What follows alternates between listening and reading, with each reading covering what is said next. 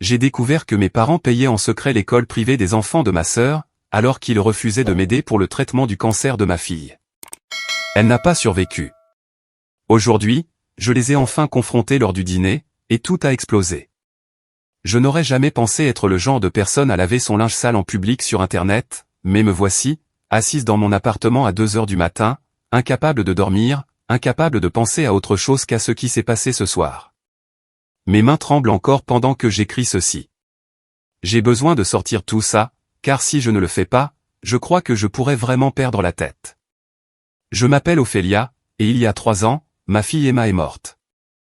Elle avait 7 ans, et elle souffrait d'une leucémie lymphoblastique aiguë, le genre agressif, le genre qui nécessite un traitement intensif, des médicaments expérimentaux, et des soins 24 heures sur 24 que les compagnies d'assurance adorent refuser de couvrir.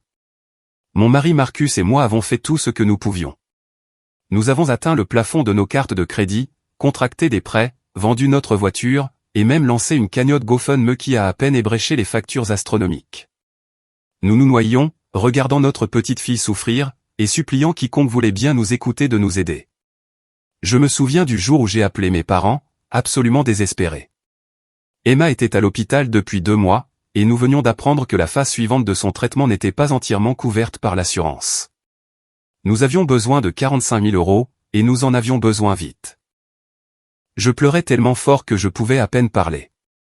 Ma mère a répondu au téléphone, et j'ai tout expliqué entre 2 sanglots. Je lui ai parlé du traitement, de combien Emma était courageuse mais si fatiguée, de comment les médecins disaient que cela pourrait lui sauver la vie.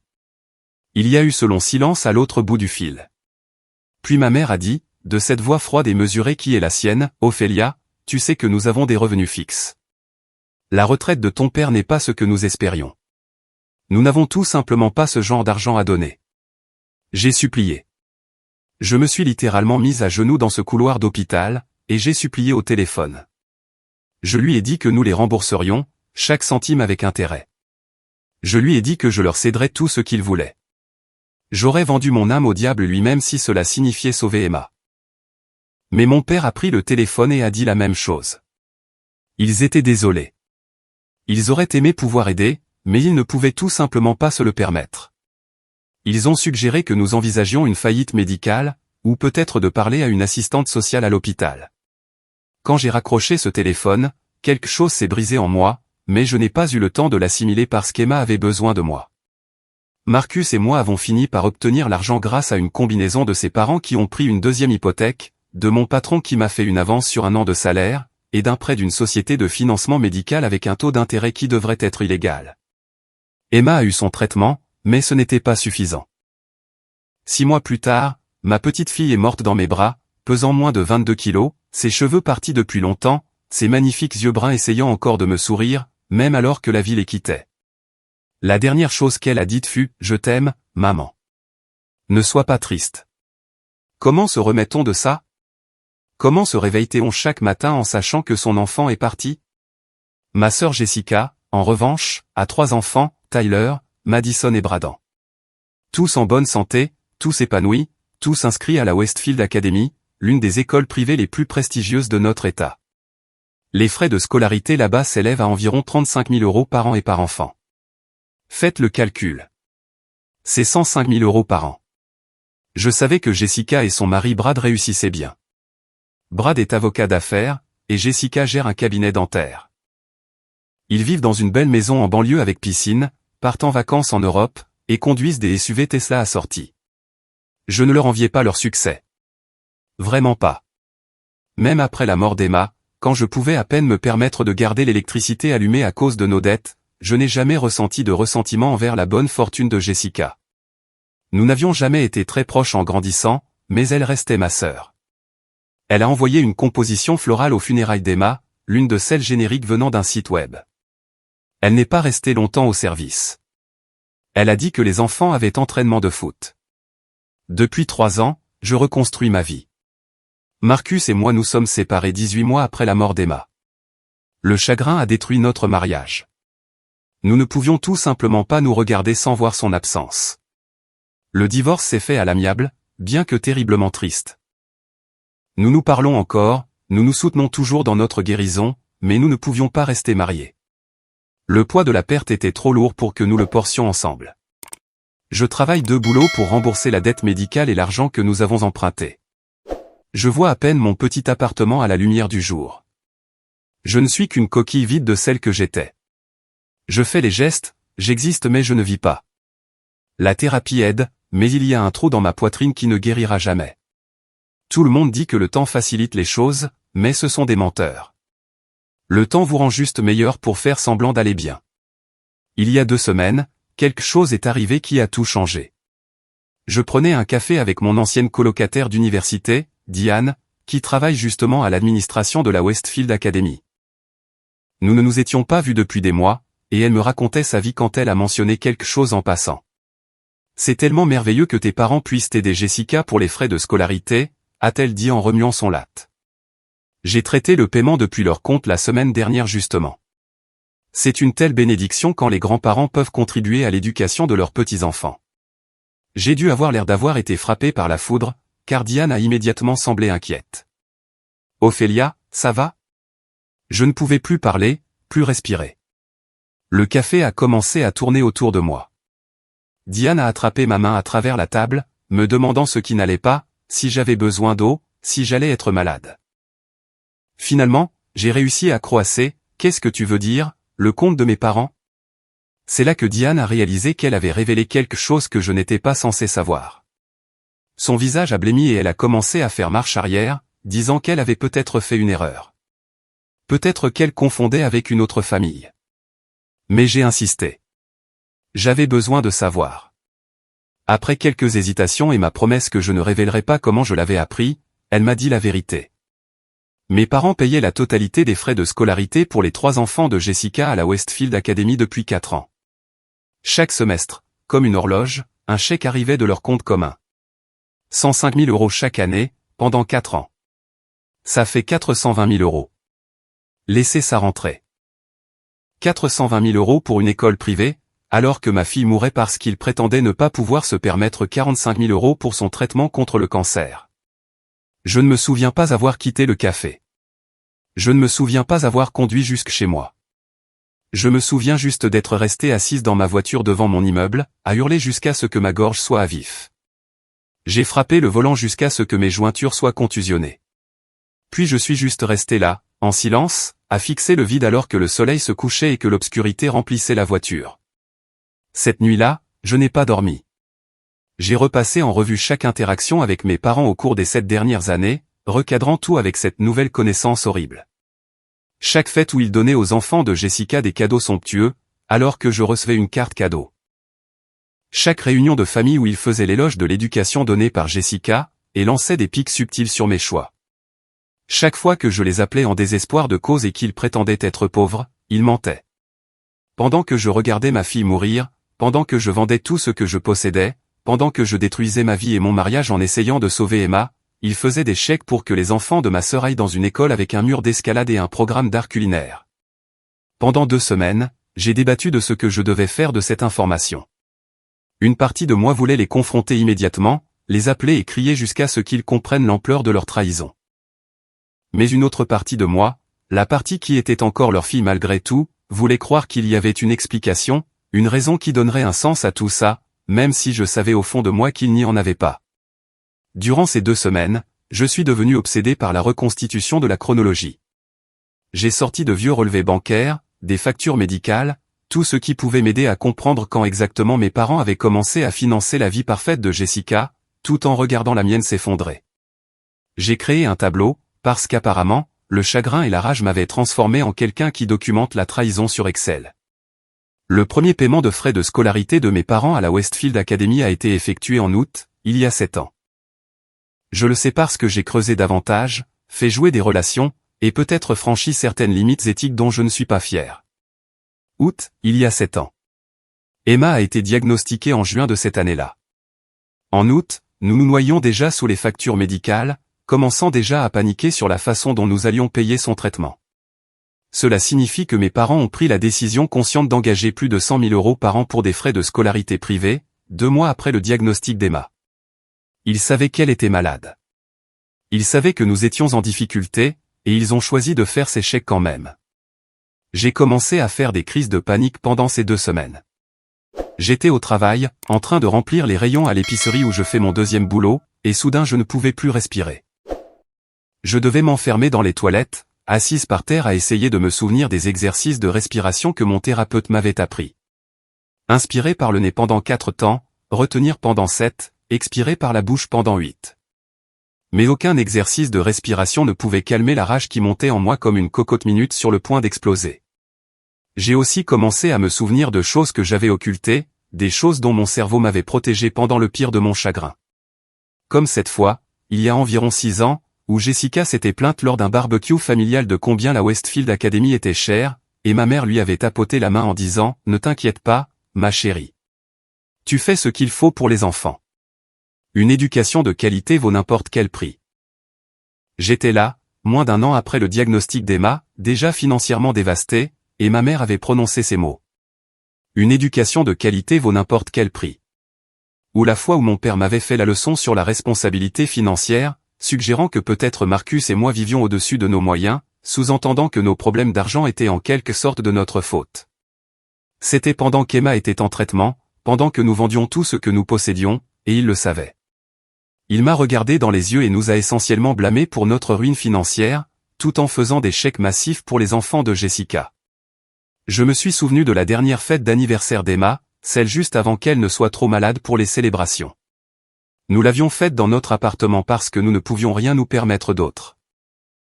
C'était juste la famille, un gâteau fait maison, et quelques cadeaux pour lesquels nous avions raclé les fonds de tiroir.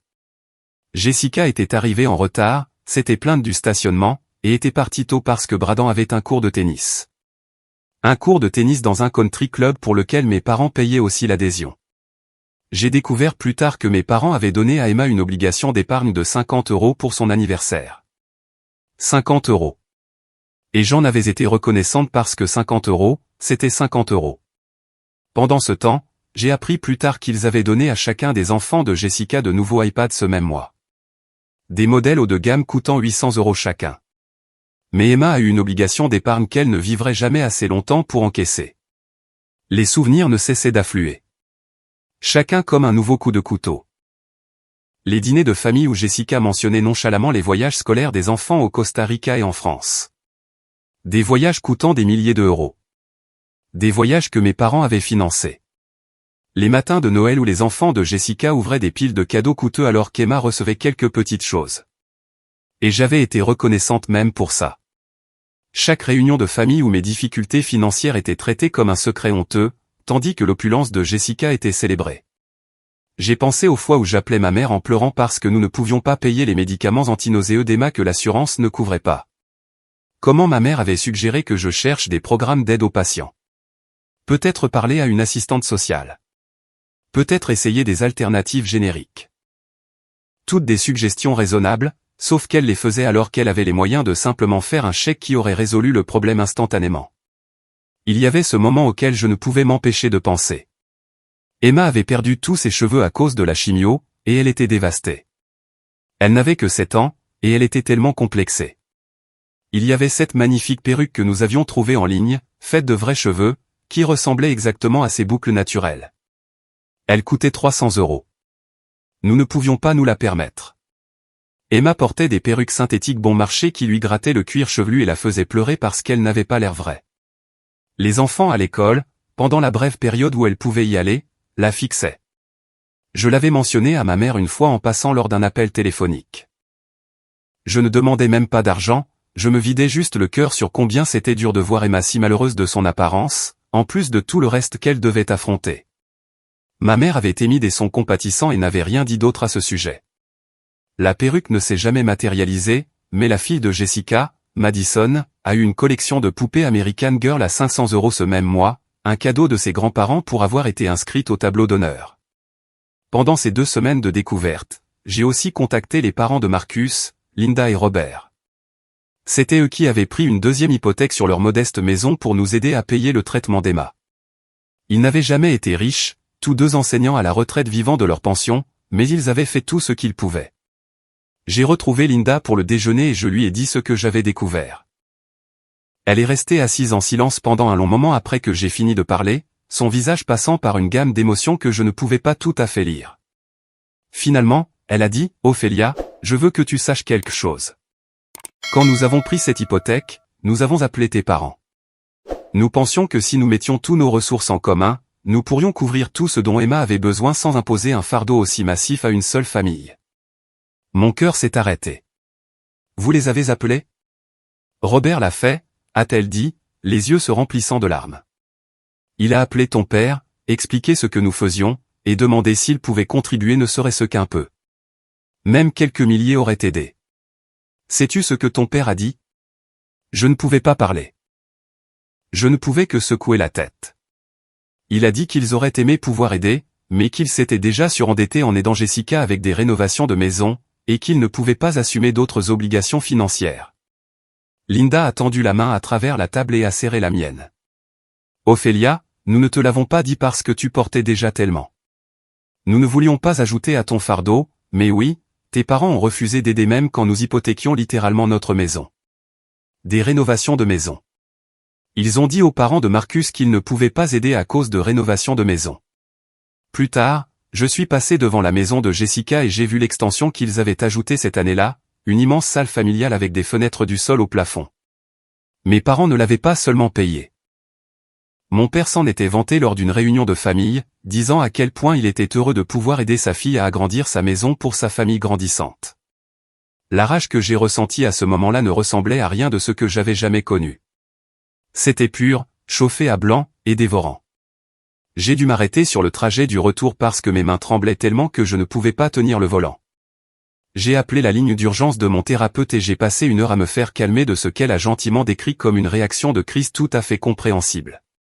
J'ai aussi commencé à fouiller dans le GoFundMe que nous avions créé pour Emma. Je ne l'avais pas regardé depuis des années parce que c'était trop douloureux. Mais je me suis forcé à passer en revue chaque don, chaque commentaire, chaque partage. Ce qui m'a frappé, c'est combien de gens avaient donné ce qu'ils pouvaient. Les collègues de Marcus, des gens de l'école d'Emma, des voisins, même des inconnus qui avaient entendu son histoire. Il y avait des dons de 5 € de personnes qui n'avaient clairement pas 5 € à donner. 20 € ici, 50 € là. Chacun accompagné de prières et de vœux de rétablissement. Mes parents avaient donné 200 € au GoFundMe. 200 € avec un commentaire public sur la façon dont ils priaient pour leur petite fille et souhaitaient pouvoir faire plus. 200 €, alors qu'ils faisaient des chèques de 35 000 € par enfant et par semestre. L'hypocrisie était stupéfiante. Mais Jessica n'avait rien donné, pas un centime. Je l'avais excusée à l'époque, me disant qu'elle était occupée avec ses enfants, qu'elle aidait probablement d'autres manières que je ne voyais pas. Mais maintenant je connaissais la vérité. Elle avait été trop occupée à profiter de l'argent qui aurait dû sauver la vie de ma fille pour contribuer ne serait-ce qu'un montant symbolique au fond pour le cancer de sa nièce. J'ai passé des heures à lire les messages de soutien d'inconnus sur cette page GoFundMe, pleurant devant la gentillesse de gens qui n'avaient jamais rencontré Emma. Une femme âgée avec une petite retraite avait donné 50 € avec une note qui disait « Je me souviens quand mon petit-fils était malade. Aucun enfant ne devrait souffrir. Je prie pour votre douce fille. » Un adolescent avait donné son argent d'anniversaire, 25 €, parce qu'il avait lu l'histoire d'Emma et voulait aider. Ces inconnus, ces gens sans aucune obligation envers nous, avaient raclé les fonds de tiroir pour donner ce qu'ils pouvaient, alors que mes parents étaient assis sur des centaines de milliers de euros et disaient non. La cruauté de la chose était à couper le souffle. Puis hier, j'ai reçu un texto de ma mère dans le groupe de discussion familiale. Dîner dimanche à la maison. Jessica et les enfants seront là. On n'a pas été tous ensemble depuis si longtemps. S'il te plaît, viens, Ophélia. Ça signifierait tellement pour ton père et moi. J'ai fixé ce texto pendant un long moment. Puis j'ai répondu, je serai là. Marcus a cru que j'étais folle quand je lui ai dit ce que je prévoyais. Nous nous sommes retrouvés pour un café parce que j'avais besoin de parler à quelqu'un qui comprenait la profondeur de cette trahison parce qu'il l'avait vécu aussi. Quand j'ai expliqué ce que j'avais découvert et ce que je comptais faire, il est resté silencieux un long moment. « Es-tu sûr de vouloir faire ça ?» a-t-il demandé, les yeux pleins de ce chagrin familier que nous partagions. « Une fois que tu auras dit ces choses, tu ne pourras pas revenir en arrière. »« Tant mieux, » ai-je dit. « Je ne veux pas revenir en arrière. » Il a hoché la tête lentement, puis a tendu la main à travers la table et a serré la mienne. Emma serait fière de toi pour t'être défendue, pour l'avoir défendue elle. Ça m'a fait pleurer juste là, dans le café, parce qu'il avait raison. Emma était toujours si courageuse, si prête à se battre. Elle n'a jamais reculé, jamais abandonné, même quand son petit corps la lâchait. Je devais à sa mémoire d'être tout aussi courageuse. Alors, aujourd'hui, j'ai conduit jusqu'à la maison de mes parents en banlieue, la même maison où j'ai grandi avec un grand chêne dans la cour avant et le jardin dont ma mère est obsédée. La Tesla de Jessica était déjà dans l'allée avec la berline de mes parents. Je suis restée assise dans ma Honda délabrée pendant quelques minutes, rassemblant mon courage, mon cœur battant si fort que je pensais qu'il allait sortir de ma poitrine. Je suis entrée sans frapper. Les dîners du dimanche étaient toujours décontractés, la famille entrait comme chez elle. Je pouvais entendre des rires venant de la salle à manger. Je pouvais sentir le rôti de ma mère. Je pouvais entendre mes nièces et mon neveu bavarder avec excitation à propos de quelque chose. Pendant un instant, juste un bref instant douloureux, je me suis souvenu de l'époque où Emma aurait fait partie de ce bruit.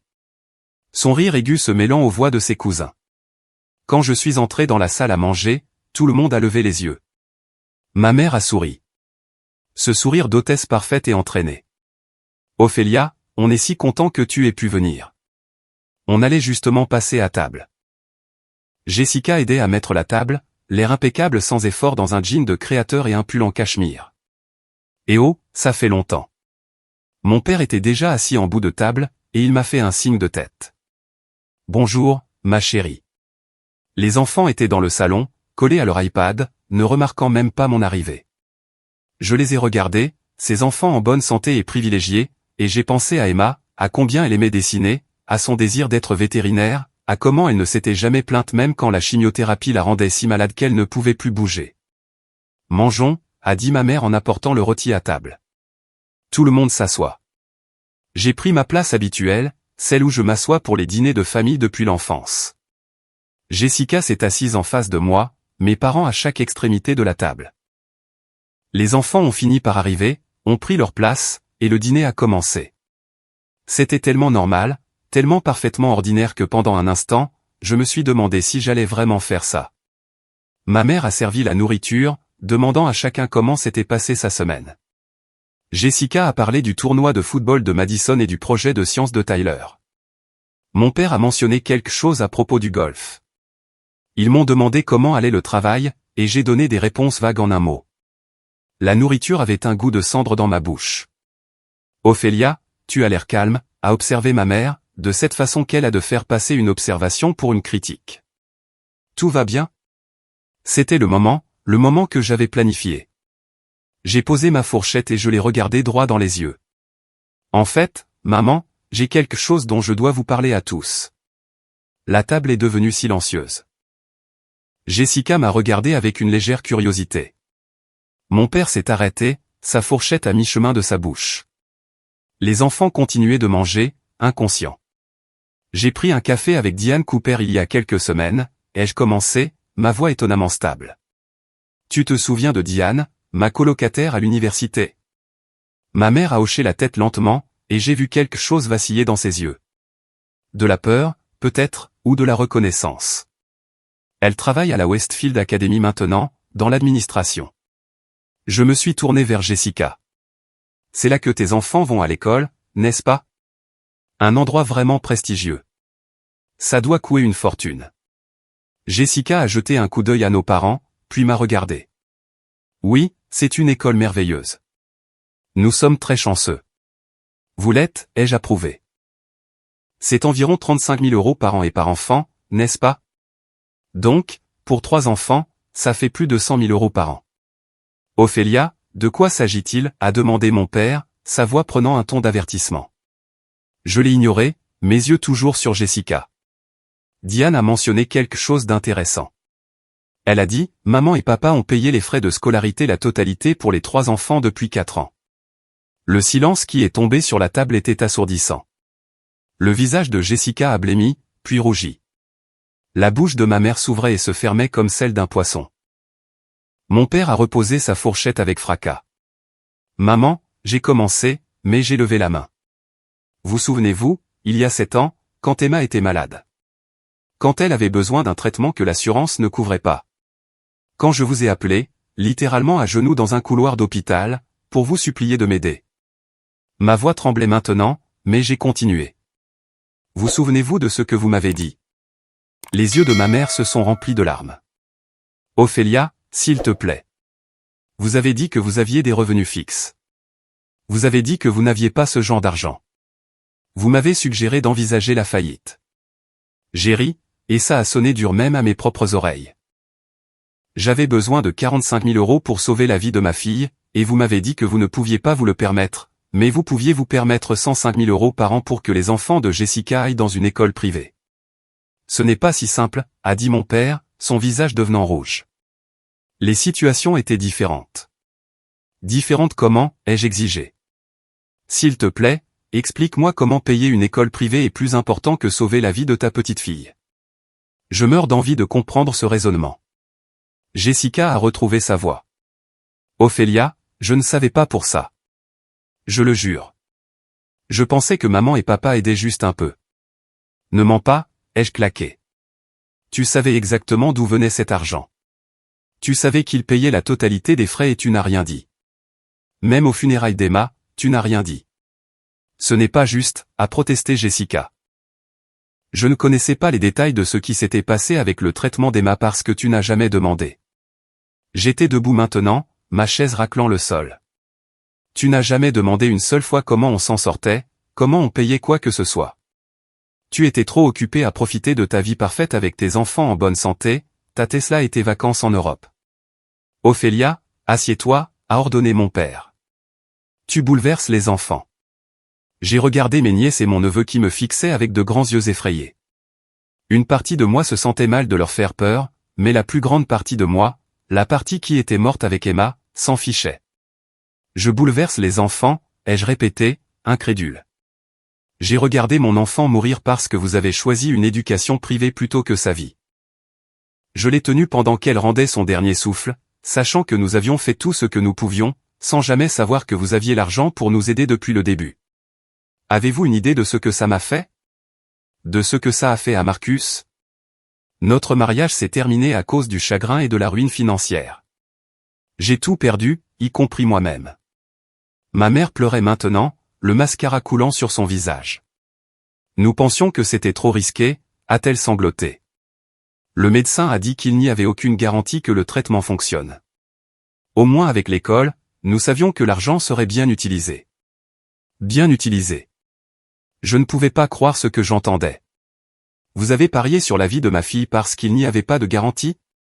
Tout traitement médical est un risque, maman. Mais elle avait 7 ans et se battait pour sa vie. Elle méritait une chance. Tu dois te calmer, a dit mon père, se levant lui aussi. Nous avons pris la décision que nous pensions être la meilleure. Les enfants de Jessica avaient plus besoin de l'école privée qu'Emma n'avait besoin de vivre. Dis-le.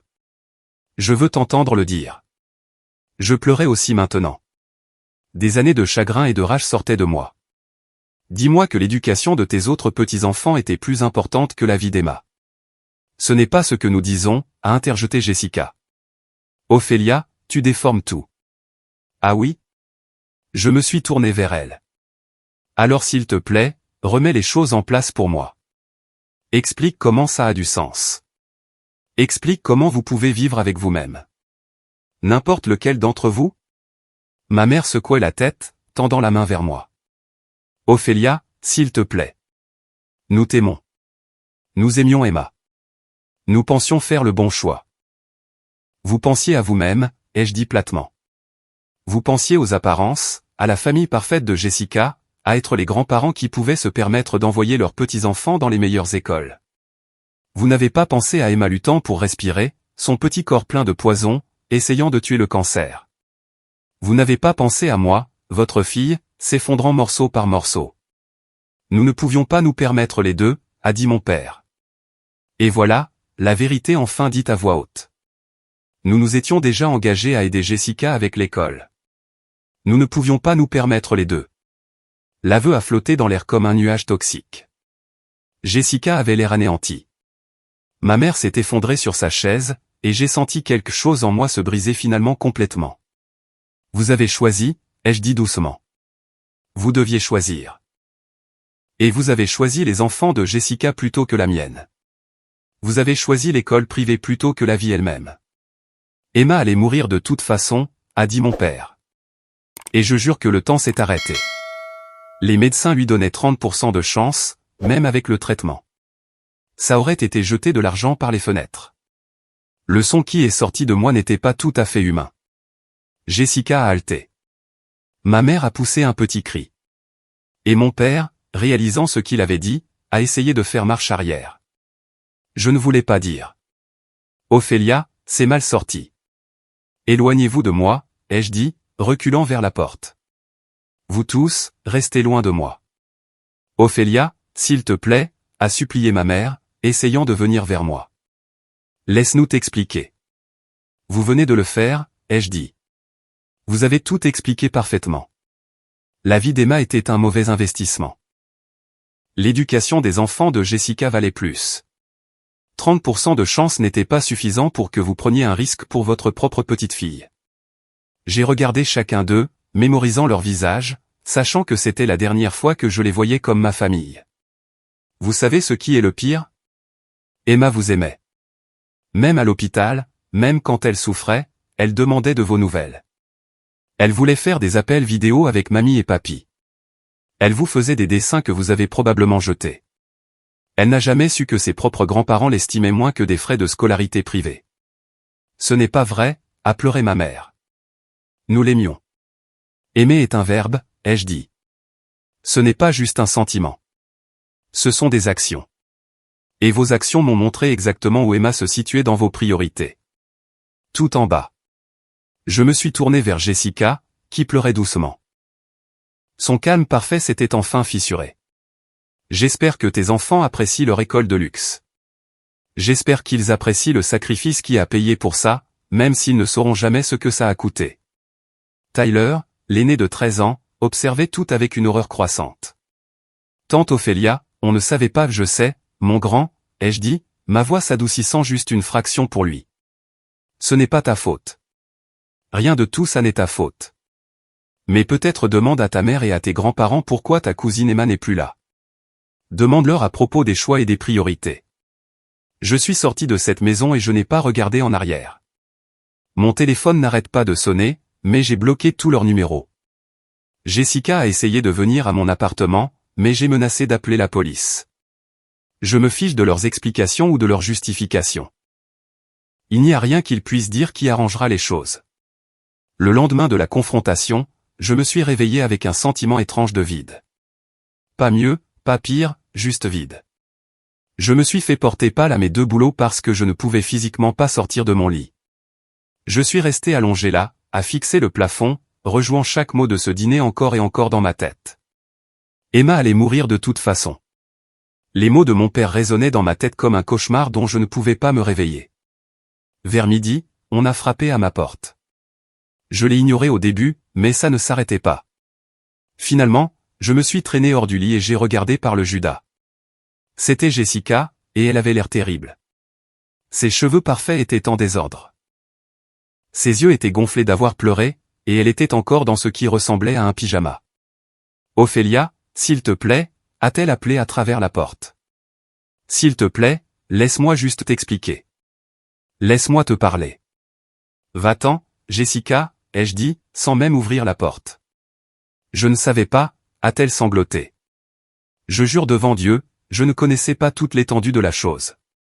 Je pensais qu'ils aidaient juste un peu, pas qu'ils payaient tout. Et je ne savais pas qu'ils avaient refusé d'aider pour Emma. Je jure que je ne savais pas, tu es une menteuse, ai-je dit platement. Tu devais savoir. Tu devais savoir que tu ne payais pas ces factures d'école toi-même. Tu devais savoir d'où venait l'argent. Brad et moi en payions une partie, a-t-elle insisté. Je pensais que maman et papa complétaient juste, peut-être un tiers ou quelque chose comme ça. Je n'ai pas posé de questions parce que je ne voulais pas avoir l'air ingrate. Ophélia, s'il te plaît, crois-moi. Mais je ne pouvais pas la croire. Je ne le voulais pas. Parce que même si elle n'avait pas connu les montants exacts, elle savait que nos parents lui apportaient une aide financière substantielle pendant que je me noyais. Elle savait qu'Emma était malade, savait que nous étions en difficulté, et elle n'avait jamais remis en question cette disparité. Elle s'était contentée de prendre, et prendre, et prendre, pendant que sa nièce mourait. Même si je te crois, ai-je dit à travers la porte, ça ne change rien. Tu m'as vu souffrir. Tu as vu ce que perdre Emma m'a fait. Tu es venu à ses funérailles dans tes vêtements de créateur et tu es parti tôt pour le foot. Tu n'as jamais demandé une seule fois si on avait besoin d'aide. Tu n'as jamais proposé. Tu as juste continué à prendre d'eux alors que je n'avais rien. Je suis désolé, a-t-elle pleuré. Ophélia, je suis tellement désolé. Je ne pensais pas, c'est ça le problème, Jessica. Tu ne pensais pas. Tu ne pensais à personne d'autre qu'à toi et ta famille parfaite. J'ai appuyé ma main contre la porte, sentant la barrière physique entre nous. Pars. Si tu ne pars pas tout de suite, j'appelle la police. Je l'ai entendu pleurer de l'autre côté de la porte pendant encore une minute avant qu'elle ne finisse par partir. Je me suis laissé glisser au sol, le dos contre la porte, et je suis resté là jusqu'à ce qu'il fasse nuit. Les textos ont commencé à arriver du numéro de ma mère. Même si je l'avais bloqué, elle utilisait différents téléphones pour essayer de me joindre. Chaque message était une variation de la même chose. S'il te plaît, parle-nous. On peut t'expliquer. On t'aime. Tout ça est un malentendu. Je les ai tous lus avec un sentiment d'engourdissement détaché, puis je les ai supprimés sans répondre. Mon père a essayé une approche différente. Il a appelé à mon travail, aux 2 endroits, essayant de me parler. Ma gérante à l'épicerie, une femme gentille nommée Patricia, a pris le message et m'a ensuite prise à part. Ton père a appelé, a-t-elle dit doucement. Il a l'air assez désespéré de te parler. Tout va bien? Histoire de famille, ai-je dit, ne voulant pas entrer dans les détails. J'apprécierais que tu ne me passes plus aucun appel de sa part. Elle a hoché la tête, la compréhension dans les yeux. Je vais le noter. Mais Ophélia, si tu as besoin de temps, si tu as besoin de quoi que ce soit, tu me le dis, d'accord? J'ai failli m'effondrer juste là, au milieu du magasin, mais j'ai tenu bon à peine. 3 jours après la confrontation, j'ai reçu un email de Jessica. Un long email décousu qui commençait par plus d'excuses et de justifications, mais qui a ensuite pris une tournure à laquelle je ne m'attendais pas.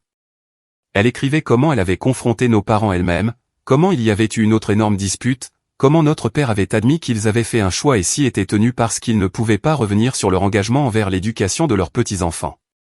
Elle écrivait que notre mère avait défendu leur décision en disant qu'ils pensaient que l'argent serait gaspillé pour Emma parce que son pronostic était si mauvais, et qu'au moins avec l'école, ils pouvaient voir des résultats tangibles. Jessica a dit qu'elle avait été horrifiée par cet aveu, qu'elle leur avait dit qu'ils avaient tort, qu'ils avaient pris une décision monstrueuse. Mais ensuite, à la fin de l'email, Jessica a écrit quelque chose qui m'a fait bouillir le sang. Je leur ai demandé d'arrêter de payer les frais de scolarité. Je leur ai dit qu'on trouverait comment payer nous-mêmes ou qu'on mettrait les enfants à l'école publique. Mais Ophélia, ce sont nos parents. Ils ont fait une erreur, une terrible erreur, mais ils restent notre famille. Peut-être qu'avec le temps, tu pourras trouver dans ton cœur la force de les pardonner, pour ta propre paix, si ce n'est pour autre chose. J'ai lu cet email 3 fois, devenant plus en colère à chaque fois. Elle voulait que je leur pardonne. Elle pensait qu'arrêter les paiements de l'école maintenant, s'étant trop tard, arrangerait les choses d'une manière ou d'une autre. Elle ne comprenait toujours pas. Aucun d'entre eux ne comprenait. J'ai répondu. C'était la seule communication que j'avais envoyée à l'un d'eux depuis le dîner. J'ai fait court. Jessica, tu dis qu'ils ont fait une erreur. Les erreurs sont des accidents. Les erreurs sont des fautes de jugement faites dans le feu de l'action. Ce qu'ils ont fait, c'est faire un choix calculé et délibéré. Ils ont choisi l'éducation privée de tes enfants plutôt que la vie de mon enfant. Ils ont choisi de me mentir en face pendant que ma fille mourait. Ce n'est pas une erreur. C'est une trahison si fondamentale, si cruelle, qu'il n'y a pas de retour possible. Ne me contacte plus.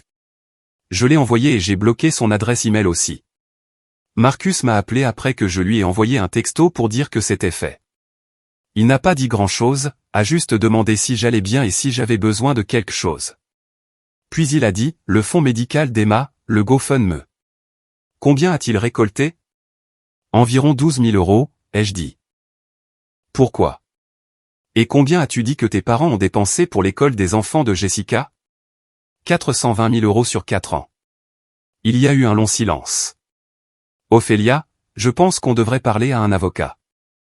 Je n'avais pas pensé à une action en justice, mais Marcus avait raison. Il pourrait y avoir un dossier ici, surtout étant donné que mes parents ont explicitement refusé d'aider alors qu'ils avaient les moyens de le faire, causant à Marcus et moi de graves difficultés financières. Je rencontre un avocat demain pour explorer les options. Pas parce que je pense que l'argent arrangera quoi que ce soit, mais parce qu'ils doivent faire face aux conséquences de leur choix. Les gens n'arrêtent pas de me demander si je me sens mieux après la confrontation, si j'ai tourné la page. La vérité, c'est que je ne me sens pas mieux. Je me sens vide. J'ai l'impression de faire le deuil de ma famille à nouveau, tout comme j'ai fait le deuil d'Emma. Mais j'ai aussi l'impression d'avoir enfin dit la vérité, d'avoir enfin défendu ma fille, même s'il est trop tard pour elle. Ce soir, je suis allé sur la tombe d'Emma. Je n'y étais pas allé depuis un moment parce que ça fait trop mal. Mais j'avais besoin de lui dire ce que j'avais fait. Je me suis assise là dans le noir, à côté de sa petite pierre tombale avec une gravure de papillon qu'elle aurait aimé. Et je lui ai parlé. Je lui ai raconté la confrontation, la vérité, comment je les avais enfin forcés à reconnaître ce qu'ils avaient fait. J'aimerais penser qu'elle m'a entendu. J'aimerais penser qu'elle sait que sa mère s'est battue pour elle, même si c'est arrivé trop tard. J'ai déposé des fleurs fraîches sur sa tombe, les marguerites jaunes qu'elle aimait. Et je lui ai promis que je continuerai à me battre, pas seulement pour la justice, mais pour m'assurer que sa mémoire signifie quelque chose. Si vous lisez ceci et que vous avez des enfants, ou des petits-enfants, ou quiconque que vous prétendez aimer, souvenez-vous de ceci, aimer n'est pas juste des mots. Ce sont des choix. C'est le sacrifice. C'est défendre les gens qui ont besoin de vous. Même quand c'est dur, même quand c'est cher, même quand les chances ne sont pas de votre côté. Mes parents avaient le choix et ils ont mal choisi. Ils ont choisi le confort plutôt que la crise, les apparences plutôt que l'action, la sécurité plutôt que le sacrifice.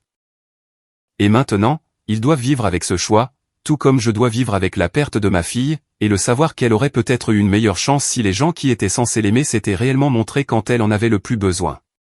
Je ne sais pas ce qui va se passer ensuite.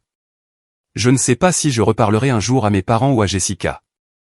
Je ne sais pas si l'action en justice mènera quelque part. Tout ce que je sais, c'est que j'ai dit la vérité. Je les ai affrontés et je n'ai pas reculé. Pour Emma, je n'ai pas reculé. C'est tout ce qu'il me reste à lui donner maintenant, la vérité, et le savoir que quelqu'un s'est battu pour elle, même si c'est arrivé trop tard pour changer les choses. Repose en paix, ma douce fille.